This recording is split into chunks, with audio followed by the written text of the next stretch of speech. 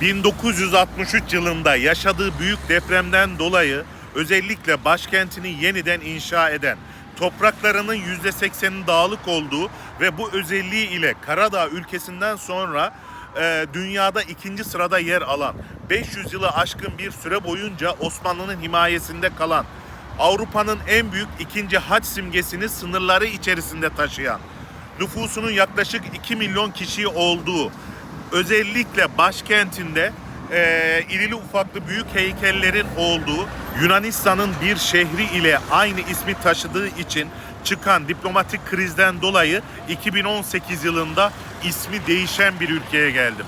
Ben nereye geldim? Kuzey Makedonya'ya geldim.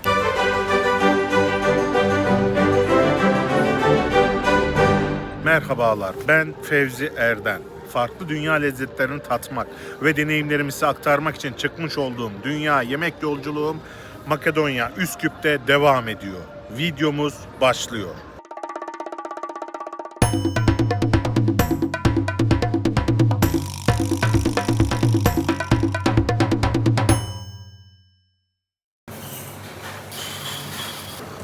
Balkan ülkelerini gezerken börek olayına resmen doyacaksınız. Ama Üsküp'te öyle bir börekçide öyle bir şeye denk geldim ki bunu sizinle de paylaşmak istedim. Sadece Üsküp'e özel olduğunu söylediler. Böyle simit poğaça diye geçiyor. Bence daha yaratıcı bir isim olabilirdi. Sandviç ekmeğinin içerisinde bir börek var. Şimdi bunun tadına bakıyorum. İzninizle yiyorum.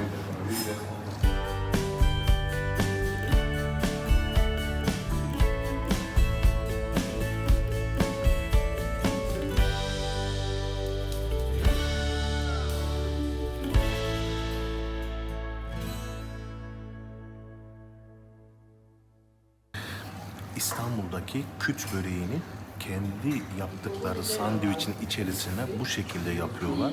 Bence tadı fena değil. Öyle hani çok aşırı bir şey değil. Güzel gözüküyor. Geldiğiniz zaman Üsküp'e mutlaka ama mutlaka denemelisiniz.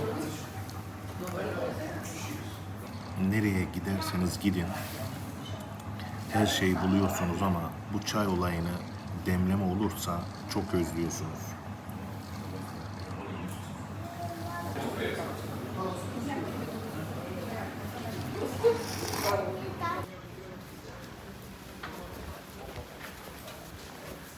Balkan ülkelerini gezerken o kadar fazla farklı börek yemiştim ama artık börek yemem diyordum. Üsküp'te öyle bir börekçiye denk geldim.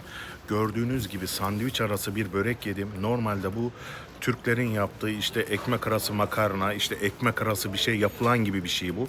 Ama inanılmaz derecede güzeldi. Üsküp'e gelirseniz Osmanlı Çarşısı'nın girişinde bulunan arkamda görmüş olduğunuz börekçiye Etmas Burek diye geçiyor. Evet, burek Tore Etmas diye geçiyor. Geldiğiniz zaman benim yediğim sandviçin tadına bakabilirsiniz. Makedonya, Üsküp'te güzel bir günün sabahından akşamına kadar yemek maceramız devam edecek. Balkan ülkelerinin şu anda gündüz vakitlerinde güneş olsa bile siz sıcak zannediyorsunuz ama değil. Göster kamerama.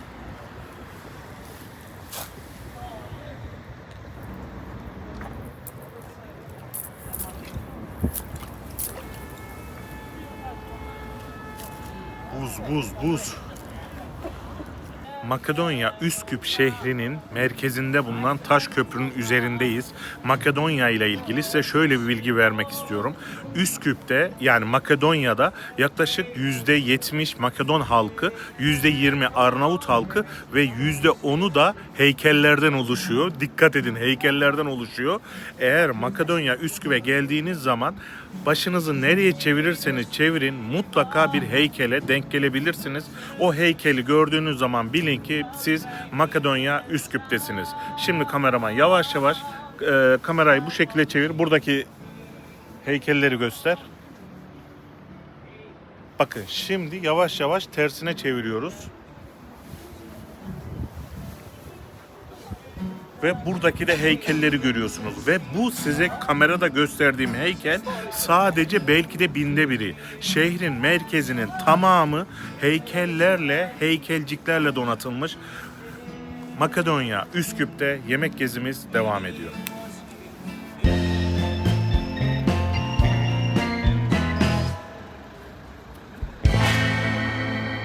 Makedonya'nın Üsküp şehrinde en popüler köftecilerden biri olan Kozmos Köfte'de şimdi Makedonya'nın en meşhur köftesini deneyeceğiz.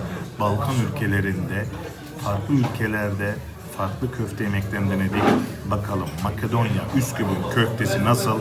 Hep birlikte deniyoruz.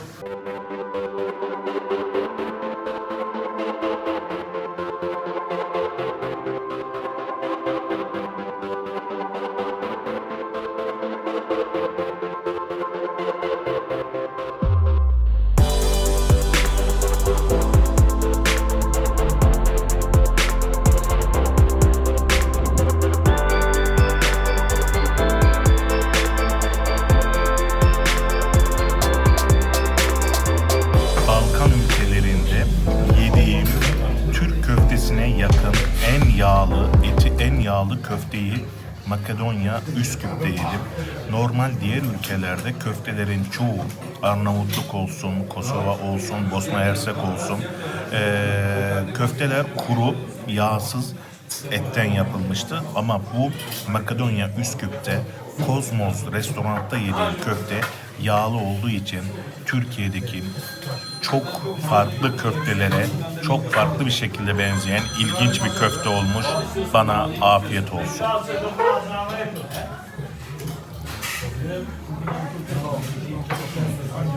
Fiyat performans olarak arkamda görmüş olduğunuz Kozmos restoranda yediğim köftenin tadı inanılmazdı. Çok güzeldi. Fiyat olarak düşündüğünüz zaman da öyle çok aşırı bir şey değil. Bizim Türkiye'deki Tekirdağ köfteye benzeyen ve Balkan ülkelerinde yediğim en yağlı etten yapılan köfteydi. Makedonya Üsküp'te yemek arayışımız, tatlı arayışımız devam ediyor. Şimdi Makedonya'daki heykellerin arasında bir tanesi ciddi anlamda dikkatimizi çekti. Hemen arkamızdaki heykelden başlıyorum. Bakın, biri hamile olan bir kadının simgesi. Devam ediyoruz. Kadın doğum yapıyor. Çocuğu kucağına alıyor. Devam ediyoruz. Kadın doğum yaptı. Kucağına aldı. Sonra kadın emziriyor. Devam ediyoruz. Ve kadın çocuğunu kucaklayarak büyümesine şahit oluyor. Anneme selam olsun. Tüm annelerimizin emeklerine binlerce kez teşekkürler. Makedonya'da annelerimizden esinlenerek yapılan yemekleri denemeye devam ediyoruz.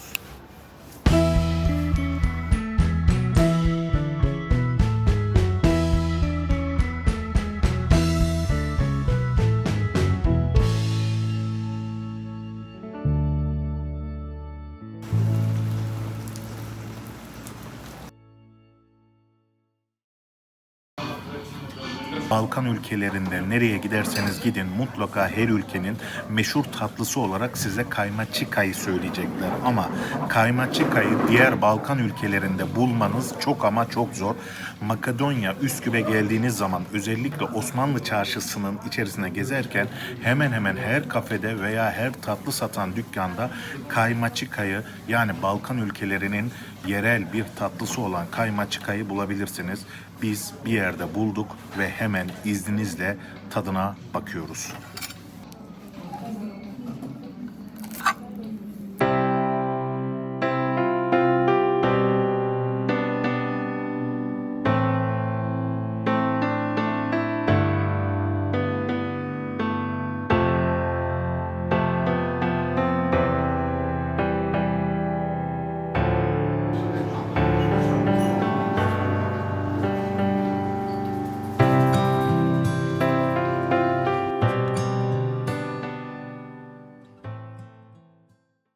Türk mutfağı olarak burada sütlaç farklı ama Türkiye'de sütlacı yanık sevenler için bence inanılmaz bir tatlı. Üzerini de yaktıkları için çok güzel bir sütlacın aromasını veriyor.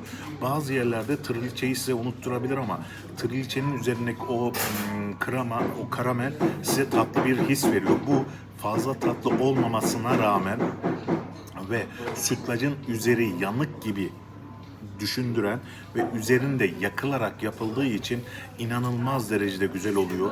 İnanılmaz derece bir fırın tatlısı. Bizim sütlacı kaymaçıkadan ayıran şey pirinç olmadığı için ve kaymakla yapıldığı için adı kaymaçika, ama Makedonya, Üsküp'e gelirseniz bu kaymaçikanın tadına mutlaka ama mutlaka bakabilirsiniz.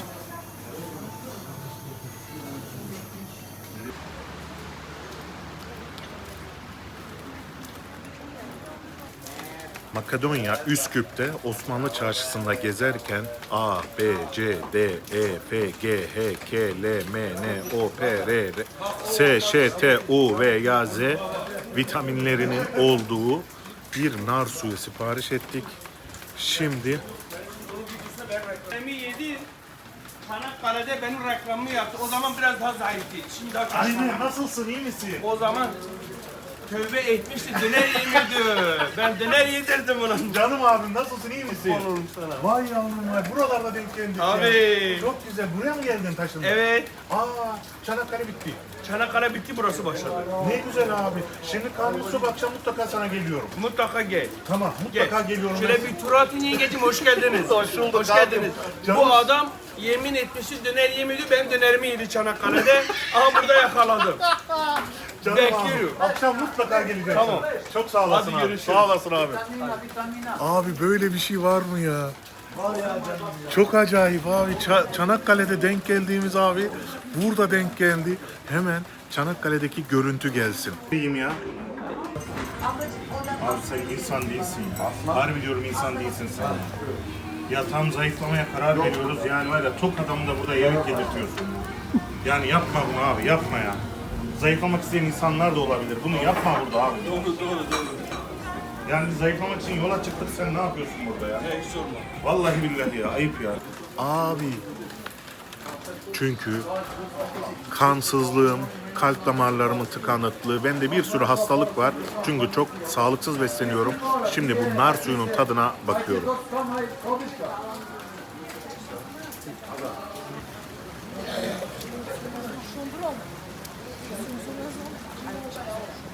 Makedonya, Üsküp'e gelirseniz, Makedonya, Üsküp'ün merkezinde yer alan Osmanlı Çarşısı'nın içerisinde kendinizi bulacaksınızdır. Çünkü Üsküp'e geldiğiniz zaman gezilecek yerler listesinde ilk sırada bu çarşıyı görebilirsiniz. Bu çarşı Osmanlı'nın himayesinde, yani Üsküp Osmanlı'nın himayesinde 500 yıl boyunca kaldığı için birebir Osmanlı'nın etkisini, Osmanlı'nın mimarisini, Osmanlı'nın tarihi dokusunu bu sokaklar arasında hissedebilirsiniz.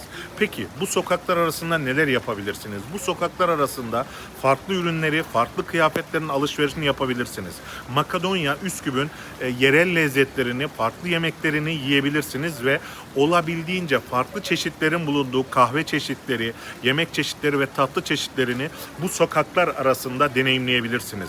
Eğer Üsküp'e gelirseniz, burası 500 yıl boyunca Osmanlı'nın himayesinde kaldığı için Osmanlı'nın bütün tarihi dokusunu hissedebilirsiniz. Eğer Bosna Hersek'e gittiyseniz, Bosna Hersek'in merkezinde bulunan Saraybosna'daki baş çarşının aynısını Üsküp'te de görebilirsiniz. Bunun bir sebebi var. Bunun sebebi Osmanlı'nın 500 yıl boyunca burayı etkisi altında, himayesi altında tutmasıdır. Makedonya, Üsküp'te yağmur altında farklı yemek arayışımız, güzel gezi maceramız yağmurlu havada devam ediyor.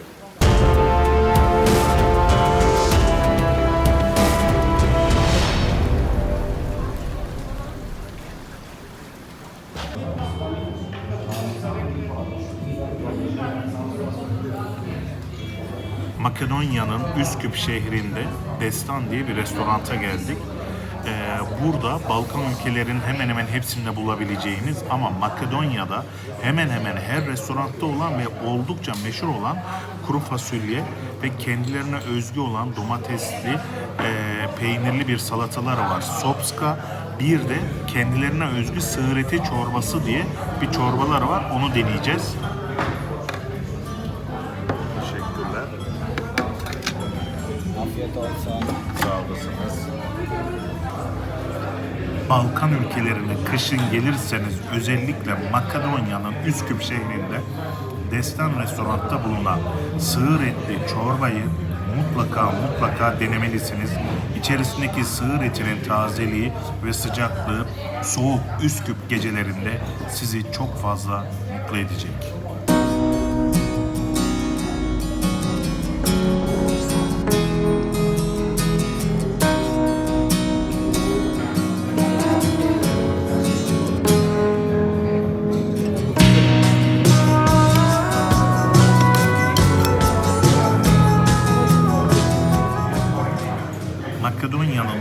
şehrinde çoğu restoranda yemek öncesi veya menüde Makedonya'ya özgü sopska salatası. Yani bu sopska salatasının içerisinde ne var? Domates, salatalık ve rendelenmiş beyaz peynir, rendelenmiş mozzarella peyniri gibi peynir var ve bu salatanın farklılığını gösteriyor ve biz hemen bu salatanın tadına bakıyoruz.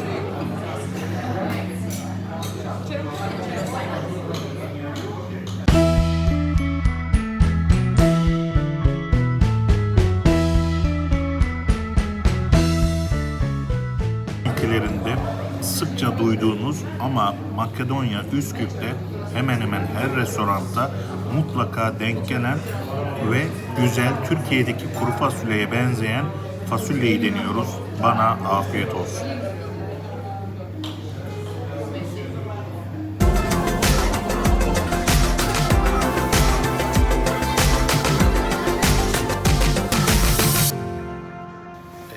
Soğuk bir Balkan akşamında Makedonya'nın Üsküp şehrinde Destan Restorant'ta çok güzel bir sığır eti çorbası, çok güzel Makedonya özgü bir kuru fasulye ve çok güzel bir sopska salatası yedik.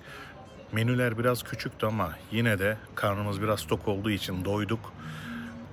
Üsküp'te, soğukta gece otelimize doğru yürümeye devam ediyoruz.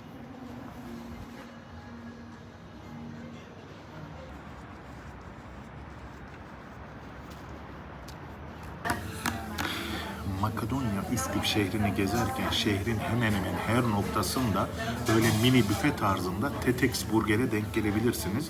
Onların Osmanlı Çarşısı'ndaki bir yerine geldik ve güzel patateslerin olduğunu ve köfteleri farklı bir sosla yaptıklarını öğrendik. Şimdi onları deneyeceğiz. Daha sonra belki başka bir gün gelip bir de hamburgerlerini denemek istiyorum. Makedonya Üsküp'te yemek turumuz devam ediyor.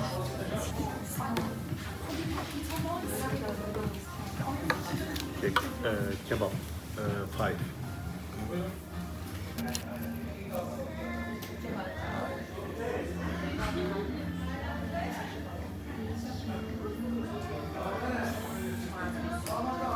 Burada normalde bu ketçap mayonez diye istediğiniz şeyin mayonez rengi sarı geliyor. Bunu böyle mayonezin içerisine baharatlarla bu hale getiriyorlar ve inanılmaz derecede lezzetli oluyor. Normalde bunu patatesin üzerine sıkmış bir şekilde de getiriyorlar ama ben size göstermek için bunu farklı farklı söyledim. Şimdi izninizle ben bu güzel lezzetin tadına bakıyorum.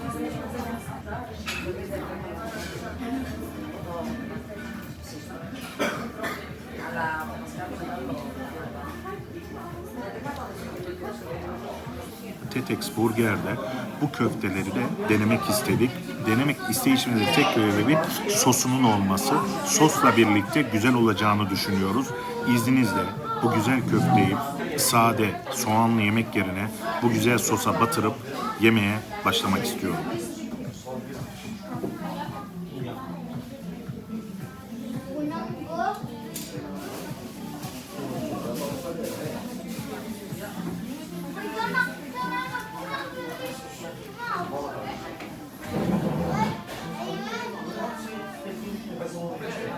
Bir Türk insanı olarak ya köfteye sos mu olur, ketçap mayonez mi olur, soğanla birlikte tüketeceksiniz derseniz de bu da size Turkish style köfte yeme şekli.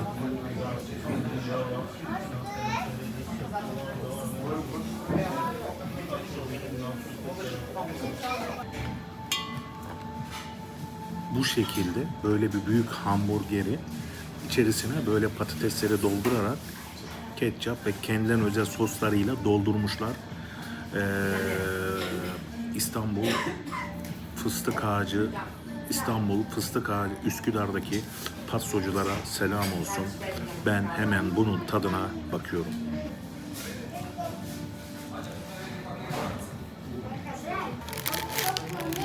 Patatesi bitirdikten sonra bu inanılmaz büyük köfteli hamburgerin de tadına bakıyorum.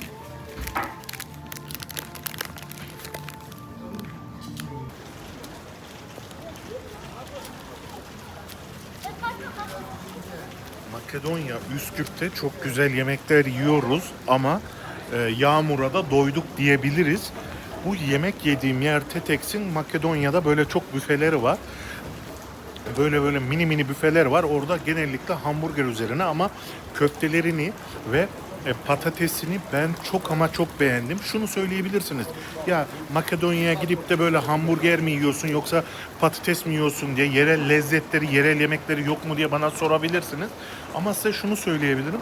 Makedonya diğer Balkan ülkeleri gibi farklı yemekleri olan bir yer değil. Yine aynı köfte, yine aynı yemekler. O nedenle böyle farklı bir hamburger çeşidi olan bir menüyü denemek istedim. Makedonya'nın köfteleri yağlı etten yapıldığı için inanılmaz derecede güzel ve lezzetli geliyor. Makedonya'da Türkiye'deki gibi köftenin tadına varacağınıza eminim. Ben bu yemek yediğim Tetex burgeri çok beğendim.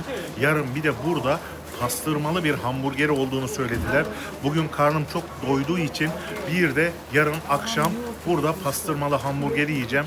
Ama hamburgerlerin büyüklüğü ve köftelerinin de lezzetli olmasından dolayı hayatımda yediğim en büyük, en güzel hamburgerlerden bir tanesi diyebilirim. Yağmur altında çok konuştum. Makedonya Üsküp'te yemek ve gezi maceramız devam ediyor.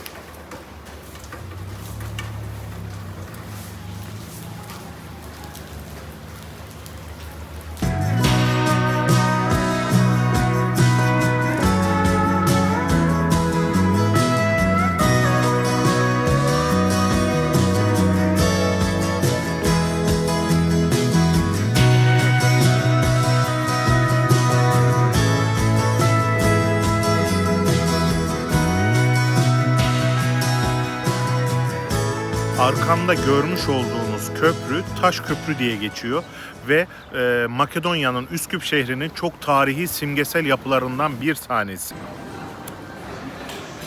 Makedonya'da gezimize devam ederken bir AVM içerisine girip böyle içeriği görmek istedik ve AVM'nin içerisinde yemek katında bir Çin mutfağından bir dükkanla karşılaştık.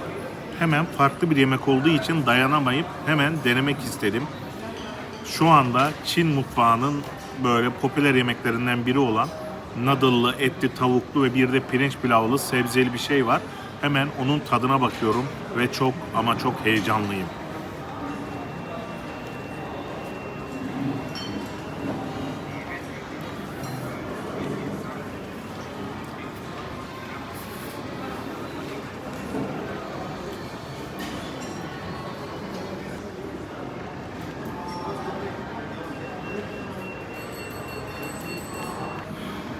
Çin mutfağından biraz %100 memnun olamadık.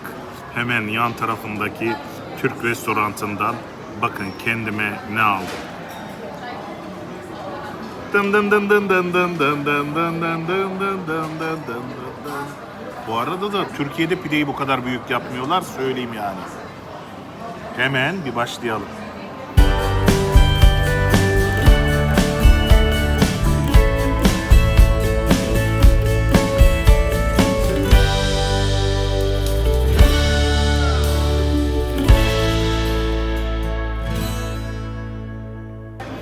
Her ülke insanının kendi ülkesinin yemeklerine göre kendi ülkesinin yemekleri çok ama çok güzeldir ama ya bilmiyorum da bizim Türk mutfağı ya değişik bir mutfak ve nereye giderseniz gidin emin olun özlüyor insan ve Türkiye'deki pidelere nazire yaparmış gibi Makedonya Üsküp'te pide yemeye devam ediyorum.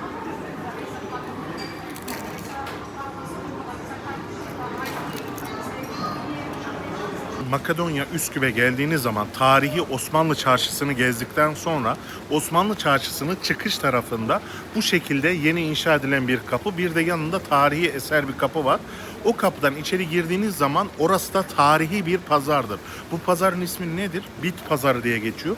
Bu Bit Pazarı da aynı Osmanlı Türk Çarşısı diye geçiyor burası. Onun gibi Bit Pazarı da tarihi bir pazardır. Buranın içerisinde her türlü elbise, kıyafet, ayakkabı, farklı böyle kadınlara yönelik ürünler, bijuteri, işte makyaj malzemeleri aklınıza ne gelirse her şeyi bu Bit Pazarı içerisinde bulabilirsiniz. Ama bu Bit Pazarı içerisinde sadece böyle elbise elbiseler, eşofmanlar, ayakkabılar yok. Aynı şekilde bit pazarının hemen yan tarafına bağlandığınız zaman hayatınızda belki yiyebileceğiniz en güzel meyveler, en güzel sebzelerin satıldığı, farklı farklı böyle yemiş olarak satılan, işte kuruların satıldığı bir pazara denk geleceksiniz. O pazardan da kaldığınız otele meyve siparişi diyorum, meyve alışverişi yapabilirsiniz. Çünkü meyvelerin fiyatları o kadar ucuz Türkiye'ye nazaran ve o kadar güzel ki zaten girdiğiniz zaman görüntü olarak sizi kendine hapsediyor. Farklı farklı sucukları da görebilirsiniz, süt ürünlerini de görebilirsiniz. Kısacası yağmur altında eğer benim gibi kalırsanız o pazarda kısa süreyle değil daha uzun süreli vakit geçirebilirsiniz. Ama ne yaparsanız yapın Osmanlı Çarşı'nı gezdikten sonra mutlaka farklı ürünlerin olduğu bit pazarını gezmeyi unutmayın. Yağmur altında çok kaldık. Osmanlı Çarşısı'nda kahve içecek bir yer arıyoruz. Aslında yağmurdan korunacak bir yer arıyoruz.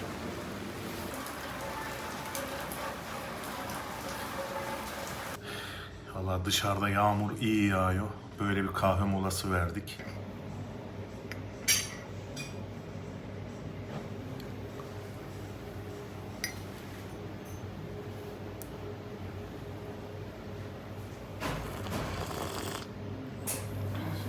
Kışın veya yazın geldiğiniz zaman fark etmez. Osmanlı Çarşısı'nı gezerken bir arka sokağında böyle kahvecilerin yoğunlukla olduğu, oturup dinlenebileceğiniz kahvecileri göreceksiniz. O sokakta oturabilirsiniz.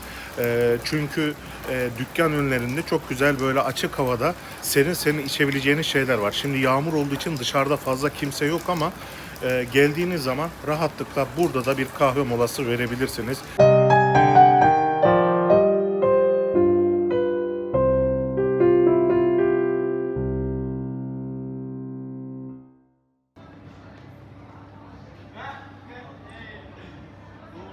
Makedonya Üsküp'te farklı yemek arayışımız devam ediyor. Üsküp'te Osmanlı Çarşısı, Türk Çarşısı diye geçen yerde Tetex diye böyle bir hamburgerciye denk geldim. Balkan ülkelerinde, daha doğrusu Makedonya Üsküp'te et çok lezzetli olduğu için hamburgerin de bir tadına bakmak istedim. Şu anda uzun süredir hamburger yemediğimi fark ettim ve hızlıca, heyecanlı bir şekilde sipariş ettiğim hamburgeri bekliyorum.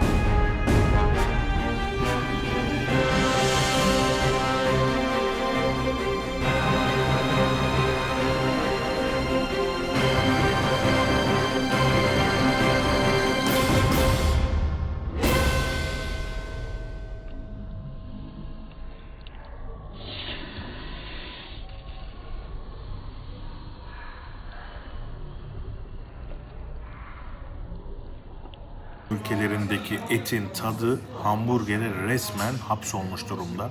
İnanılmaz lezzetli. Eğer Makedonya Üsküp'e gelirseniz bu Tetex burgeri Tetex dükkanında denemeyi unutmayın. Bana çok ama çok dua edersiniz.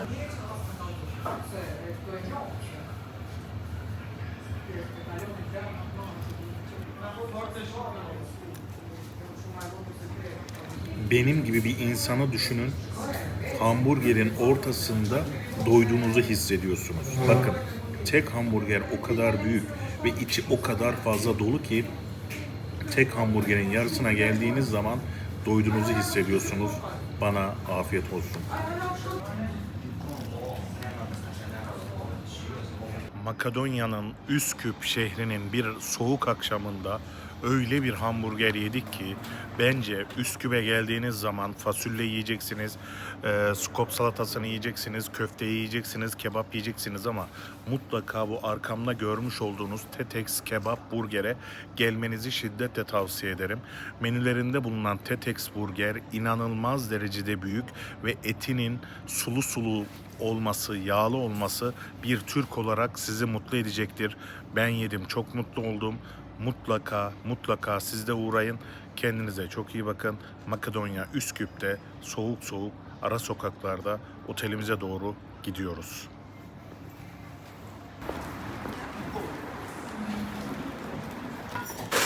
Biz Türkiye'yi gezerken Edirne'den Ağrı'ya 81 ili kapsayan bir yolculuk yapmıştık. Ve bu yolculuk kapsamında da yemek yemeyi değil sadece zayıflamayı hesaplıyorduk. Edirne'den yola çıkıp yaklaşık 10 il gezdikten sonra Çanakkale şehrine kadar hiçbir şekilde diyetimize dikkat ediyorduk, yemek yediklerimize dikkat ediyorduk. Ama Çanakkale'de bir abi yapmış olduğu dönerle benim diyetimi bozmuştu. Şu anda Çanakkale'de Ali Efendi Döner'in önündeyim. Resmen nefis savaş veriyorum, nefis mücadelesi veriyorum. Yani zamanında Çanakkale geçilmez diye bu topraklarda mücadele eden askerler, şu anda da ben bu döneri yememek için resmen savaş veriyorum. Ama ne olursa olsun döner buradan geçemez. Kesinlikle döner buradan geçemez. Ben zayıflamaya... Abi yapma. Yapma abi. Yapma. Döner buradan geçer. Ben kendimi bıraktım, bayrağı teslim ettim. Ben biraz daha bir yarım yaptıracağım kendime ya. Bayağı bir zaman geçti. Makedonya'da, Üsküp'te, çarşıda dolaşırken aynı abiyle yine dönerci olarak denk geldik. Ama gündüz saatlerinde tok olduğumuz için misafir olamadık. Akşam onun misafir olduk. Şimdi çok güzel bize bir tabak hazırladı. İzninizle tadına bakıyorum.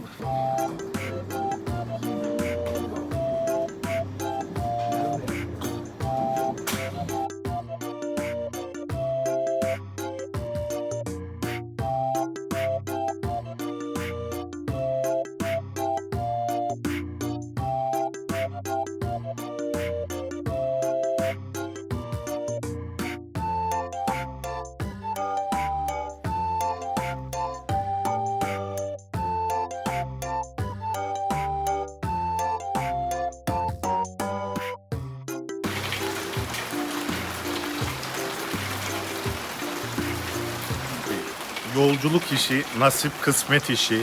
Nereden nereye geldik ve orayı ben unuttum desem doğru olur. Daha sonra Makedonya'da çık karşıma. Buraya gelen Türkler için söylüyorum. Veyahut da sayfamı takip eden yabancı ülkelerden de olabilir. Geldiğiniz zaman otelinizde kalacaksınız. Otellerdeki kahvaltıları emin olun kahvaltı verseler bile memnun olmayacaksınız. Burada Üsküp'te de kahvaltı yapacak öyle bir mekanınız yok. Emin olun reklam için falan söylemiyorum. Gelip burada Türk kahvaltısını yapabilirsiniz. Kahvaltı ürünlerinin Türkiye'den daha lezzetli olduğunu söyleyebilirim. Burada gelin kahvaltınızı yapın. Sonra yine Üsküp'te dolaşın. Akşama doğru da ilk gün belki köfte yiyeceksiniz falan. Aynı şekilde burada da var. Buradan yine gelip köftenizi Adana usulü daha uygun fiyata ve daha lezzetli bir şekilde de yiyebilirsiniz. Benden size tavsiye, yağmur altında Makedonya Üsküp'ten yolumuza devam ediyoruz.